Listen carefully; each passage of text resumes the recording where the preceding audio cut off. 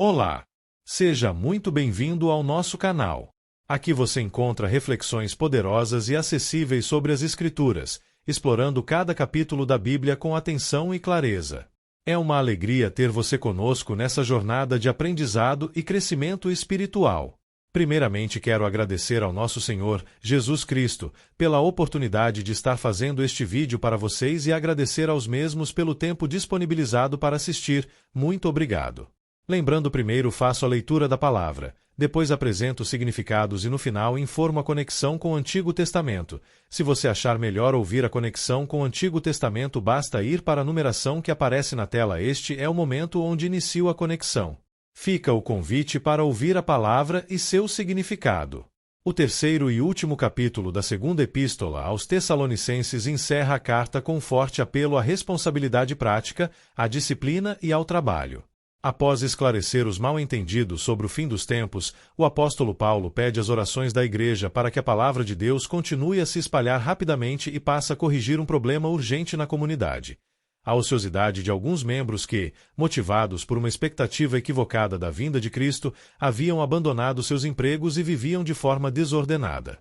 Com firmeza e amor pastoral, Paulo estabelece o famoso princípio de que se alguém não quiser trabalhar, também não coma, exortando os fiéis a seguirem o seu próprio exemplo de labor e dedicação, mantendo a ordem e a paz na igreja sem jamais se cansarem de fazer o bem. Se este conteúdo te edificam, inscreva-se agora no canal e ative o sininho para não perder nossos próximos vídeos. E mais, compartilhe este vídeo com seus amigos e familiares para que juntos possamos espalhar a palavra de Deus e inspirar vidas ao redor do mundo. Prepare-se para mergulhar nesse relato impactante, que nos confronta com a fragilidade da natureza humana e a justiça divina. Não esqueça, inscreva-se no canal, compartilhe, deixe o seu comentário e seu like no vídeo. Pois ao fazer isto a plataforma irá identificar que o conteúdo tem uma certa relevância e indicará para outros usuários com perfil semelhante ao seu. Vamos iniciar a leitura da palavra e depois os esclarecimentos. Versículo 2 Tessalonicenses 3 do livro de 2 Tessalonicenses da Bíblia. Paulo pede orações. Finalmente, irmãos, orem por nós, para que a palavra do Senhor se propague rapidamente e receba a honra merecida, como aconteceu entre vocês. 2 Orem também para que sejamos libertos dos homens perversos e maus, pois a fé não é de todos. 3 Mas o Senhor é fiel, ele os fortalecerá e os guardará do maligno. 4 Confiamos no Senhor que vocês estão fazendo e continuarão a fazer as coisas que ordenamos. 5 O Senhor conduza o coração de vocês ao amor de Deus e à perseverança de Cristo. Aviso contra a ociosidade. 6 Irmãos, em nome do nosso Senhor Jesus Cristo, nós ordenamos que se afastem de todo irmão que vive ociosamente e não conforme a tradição que vocês receberam de nós. 7 Pois vocês mesmos sabem como devem seguir o nosso exemplo, porque não vivemos ociosamente quando estivemos entre vocês. 8 Nem comemos coisa alguma à custa de ninguém. Ao contrário, trabalhamos arduamente e com fadiga, dia e noite, para não sermos pesados a nenhum de vocês. 9 Não porque não tivéssemos tal direito, mas para que nos tornássemos um modelo para ser imitado por vocês. 10 Quando ainda estávamos com vocês, nós ordenamos isto: se alguém não quiser trabalhar, também não coma. 11 Pois ouvimos que alguns de vocês estão ociosos, não trabalham, mas andam se intrometendo na vida alheia. 12 A tais pessoas ordenamos e exortamos no Senhor Jesus Cristo que trabalhem tranquilamente e comam o seu próprio pão. 13 Quanto a vocês, irmãos, nunca se cansem de fazer o bem. 14 Se alguém desobedecer ao que dizemos nesta carta, marquem-no e não se associem com ele, para que se sinta envergonhado. 15 Contudo, não o considerem como inimigo, mas chamem a atenção dele como irmão. Saudações finais. 16 O próprio Senhor da paz dê a vocês a paz em todo o tempo e de todas as formas. O Senhor seja com todos vocês. 17 Eu, Paulo, escrevo esta saudação de próprio punho, a qual é um sinal em todas as minhas cartas. É dessa forma que escrevo. 18 A graça de nosso Senhor Jesus Cristo seja com todos vocês. Análise textual. Logo depois terá uma compreensão ao Antigo Testamento. Oração, a dignidade do trabalho e a disciplina fraterna. O capítulo 3 de 2 Tessalonicenses encerra a epístola com orientações de caráter prático e administrativo de extrema urgência. Após esclarecer as profundas dúvidas escatológicas da Igreja no capítulo anterior, Paulo traz os pés da comunidade de volta ao presente. Ele aborda o grave problema da ociosidade. Cristãos que, possivelmente devido a uma expectativa errônea e iminente da vinda de Cristo, haviam abandonado seus empregos e viviam às custas dos outros, estabelecendo a ética do trabalho e os limites da disciplina na Igreja. O tema central deste capítulo é: a expectativa pelo retorno de Cristo exige compromisso com a oração missionária, dedicação ao trabalho honesto para o próprio sustento e a aplicação de uma disciplina comunitária restauradora. Primeiro, pedido de intercessão e a fidelidade do Senhor, versículos 1 a 5. O que Paulo está ensinando? Paulo inicia a conclusão da carta solicitando o apoio espiritual dos tessalonicenses. Ele pede que orem para que a palavra do Senhor se propague rapidamente e seja honrada em outros lugares, da mesma forma que aconteceu em Tessalônica. Ele também solicita oração para ser livre de homens perversos e maus, pontuando uma realidade triste, pois a fé não é de todos. Contudo, o apóstolo desvia o foco dos opositores humanos para a fidelidade de Deus, garantindo que o Senhor é fiel para fortalecer e guardar os crentes do maligno. Ele expressa total confiança de que a Igreja continuará obedecendo às instruções apostólicas e encerra com uma bênção, pedindo que o Senhor conduza os corações dos irmãos ao amor de Deus e à perseverança de Cristo. A lição espiritual principal. A obra missionária avança através da intercessão da Igreja, e a nossa segurança contra os ataques espirituais e humanos repousa unicamente na fidelidade protetora de Deus. Aplicações práticas. Orar pela velocidade do Evangelho. Devemos clamar para que as Escrituras Sagradas e a mensagem da cruz alcancem novas culturas e pessoas de forma rápida e impactante. 2. Descansar na proteção divina. Diante de ameaças ou ambientes hostis à nossa fé, nossa confiança deve estar no Senhor, que nos blinda contra o maligno. 3. Alimentar o amor e a paciência. O coração do cristão deve ser guiado diariamente para habitar no amor do Pai e na resiliência que Jesus demonstrou. Compreensão no Antigo Testamento. A expressão sobre a palavra se propagar rapidamente reflete o Salmo 147,15, que diz: Ele envia suas ordens à terra, e a sua palavra corre velozmente, mostrando que o poder inerente à mensagem divina tem pressa em cumprir os propósitos de Deus no mundo. Segundo, o exemplo apostólico contra a ociosidade, versículos 6 a 9. O que Paulo está ensinando?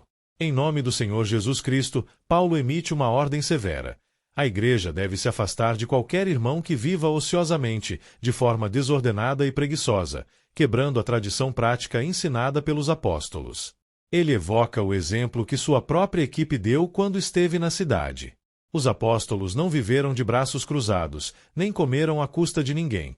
Pelo contrário, trabalharam arduamente e com fadiga, dia e noite, na fabricação de tendas. Paulo esclarece que eles tinham o direito legal e espiritual de exigir sustento financeiro da Igreja como ministros, mas abriram mão desse direito intencionalmente para se tornarem um modelo visual e prático a ser imitado por todos. A lição espiritual principal. O Evangelho não tolera a indolência. O trabalho honesto e o esforço pessoal fazem parte da santificação e do testemunho cristão. Aplicações práticas. Trabalhar com dedicação. O cristão deve fugir da preguiça e da ociosidade, enxergando no esforço laboral diário uma forma de honrar a Deus. 2. Ser um modelo inspirador. Líderes e cristãos maduros devem liderar pelo exemplo prático, demonstrando ética e disposição para o serviço pesado.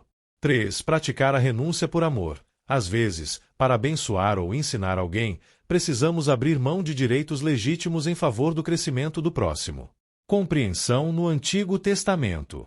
A condenação à preguiça e o elogio ao trabalho manual são marcas registradas do livro de Provérbios. Textos como Provérbios 24 advertem: o preguiçoso não ara a terra por causa do inverno. Por isso, na época da colheita, procura e não encontra nada, alinhando-se à ética de responsabilidade defendida por Paulo.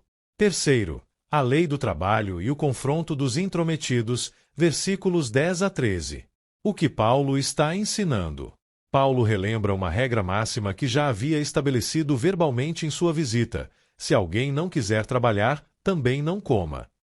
Ele explica o motivo de estar sendo tão rígido, Chegou ao seu conhecimento que alguns membros daquela igreja estavam completamente ociosos, recusando-se a trabalhar.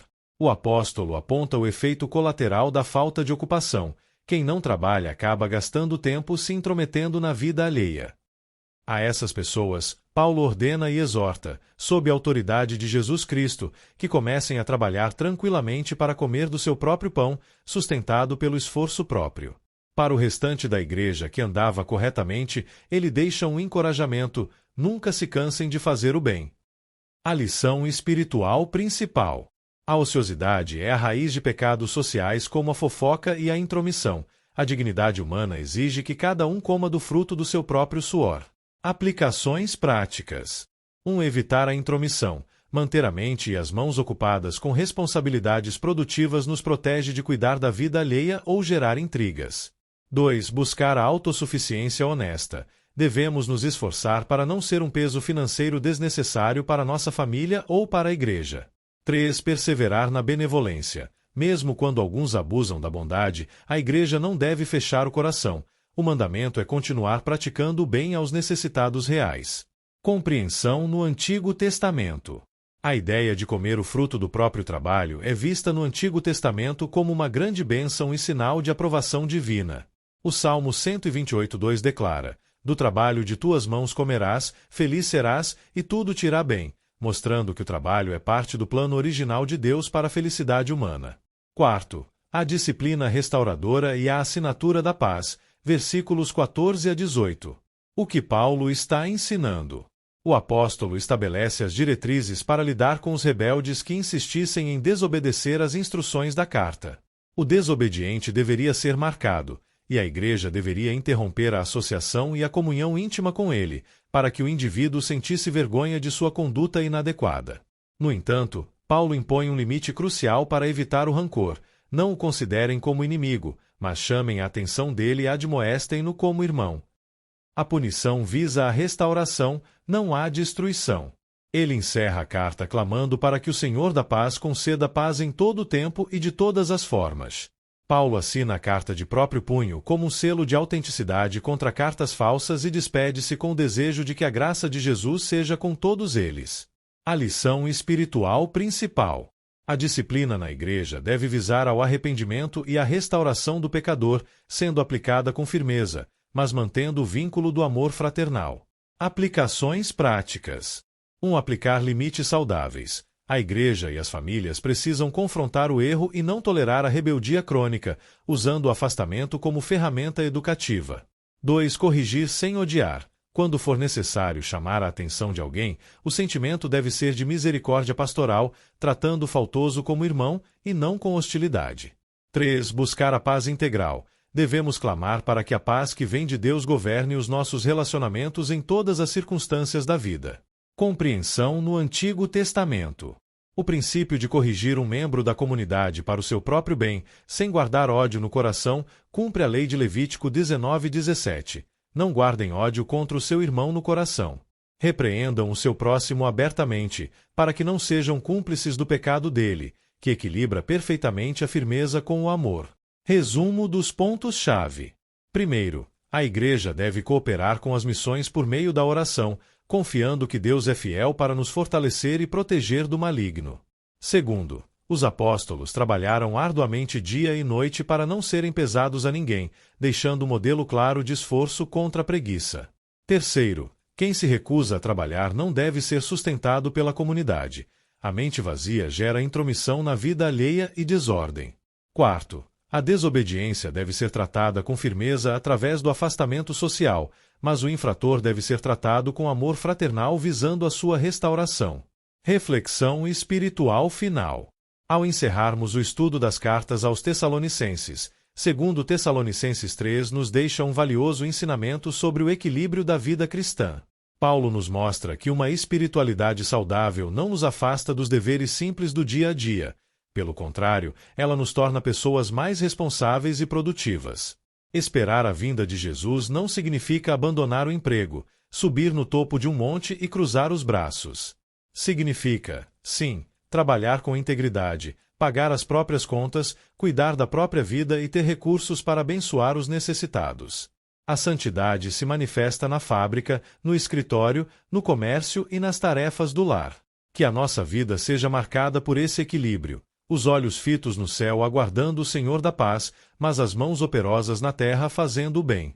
E se precisarmos corrigir ou ser corrigidos em nossa caminhada comunitária, que o façamos com o espírito correto, não com a agressividade que trata o outro como inimigo, mas com o amor cuidadoso que restaura o irmão, sempre sustentados pela maravilhosa graça de nosso Senhor Jesus Cristo. Vou te explicar segundo Tessalonicenses 3 de forma simples e bem prática, destacando a mensagem principal e dividindo o texto em partes para mostrar as conexões com o Antigo Testamento.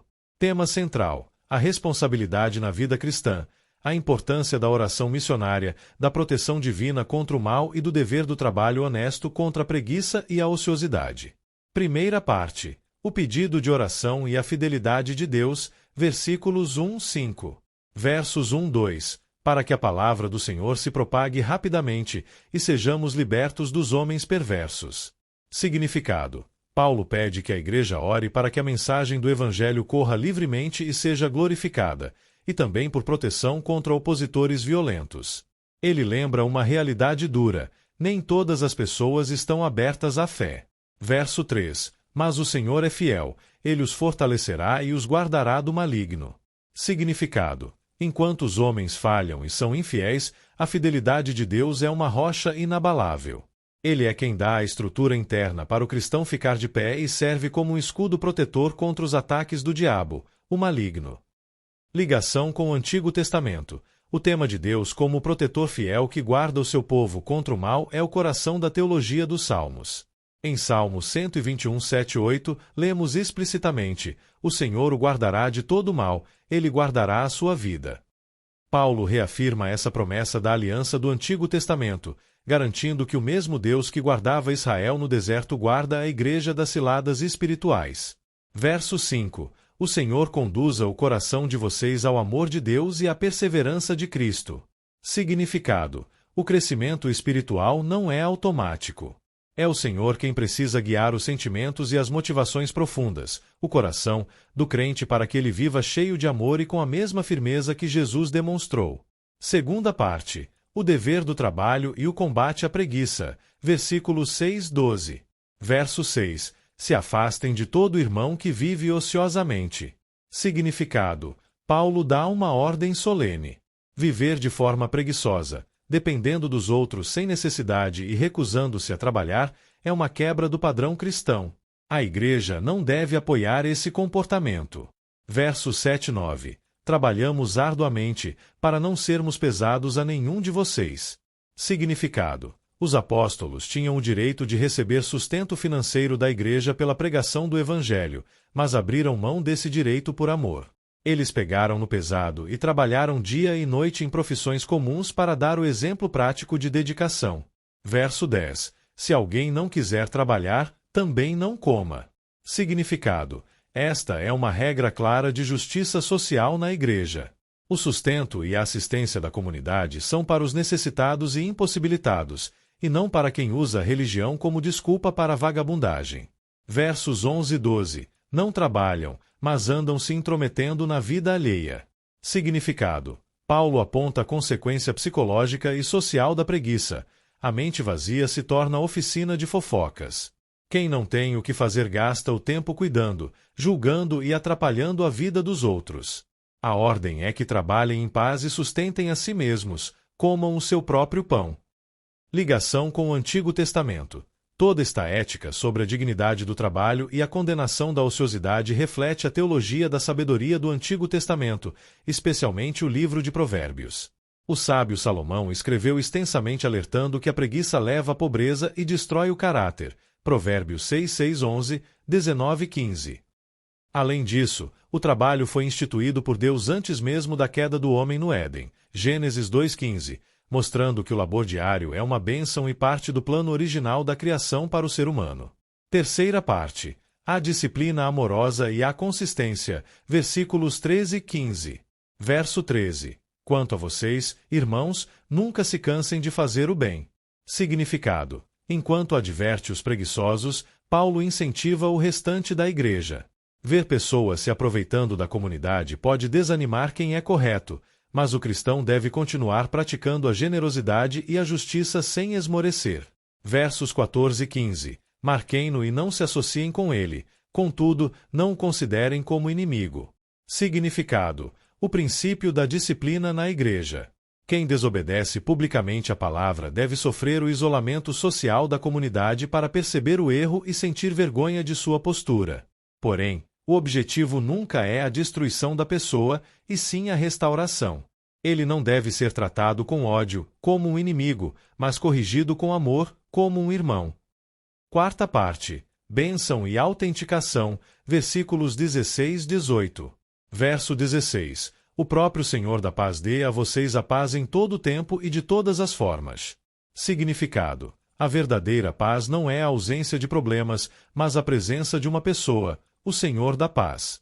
Ele é a fonte de tranquilidade completa, independentemente das crises externas. Verso 17. Escrevo esta saudação de próprio punho, a qual é um sinal em todas as minhas cartas. Significado: para evitar falsificações ou cartas falsas em seu nome, Paulo pegava a caneta no final e escrevia as últimas linhas de próprio punho, garantindo a autoridade apostólica daquela mensagem. Resumo geral. Sobre a vida de fé e proteção. O avanço do Evangelho depende das orações da Igreja pelas frentes missionárias. 2. A nossa estabilidade contra as forças do mal repousa inteiramente na fidelidade de Deus. Sobre a ética do trabalho. O trabalho honesto é um mandamento e uma forma de honrar a Deus. A preguiça crônica é pecado. 2. A falta de ocupação produtiva gera fofoca, intromissão e desordem na vida comunitária. Sobre a disciplina na comunidade. A igreja deve exercer limites firmes contra o erro, cortando a cumplicidade com a desobediência. 2. Toda correção bíblica deve ser feita visando a restauração do irmão e nunca a sua exclusão com ódio. Mensagem central: a verdadeira espiritualidade cristã é prática.